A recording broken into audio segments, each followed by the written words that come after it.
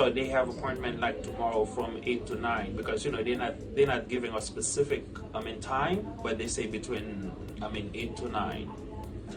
Some of them been receiving the letter 4 or 5 days, 2 days, 1 day after the due date. This is like the only issue. Or some of them, they receive it today and they have to show up tomorrow. Like this gentleman I was just helping, he receives it this morning and his appointment is tomorrow at 8. So you have absolutely no time. You absolutely have no time to react or to do anything. Some of them, they receive it after the date. Some of them, they receive it like today for tomorrow. They're trying to cause them to miss the appointment. And once you miss the appointment, you have a final removal automatically. If they don't have an interpreter, their question they be asking them, they may not be able to answer correctly. And some of them, the fact that most of them, their driver's license, they have been expired so they can drive. So we have to provide them with a driver that can take them to the place back and forth.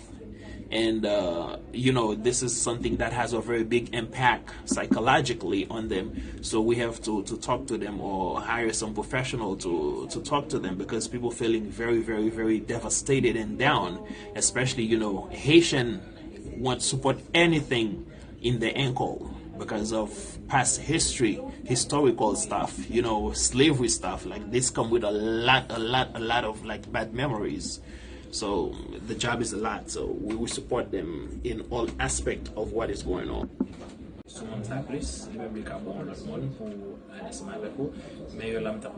Like some of them, they do not even understand what is in the letter. So they have to come for help, and you have to explain to them what is exactly in the letter. That's the number one, because they hear people talking, but they don't know if it is speculation or not. But when they actually receive it, they have to come to a place where they can meet somebody they trust that can give them a better explanation about them. And we encourage them to go to the appointment.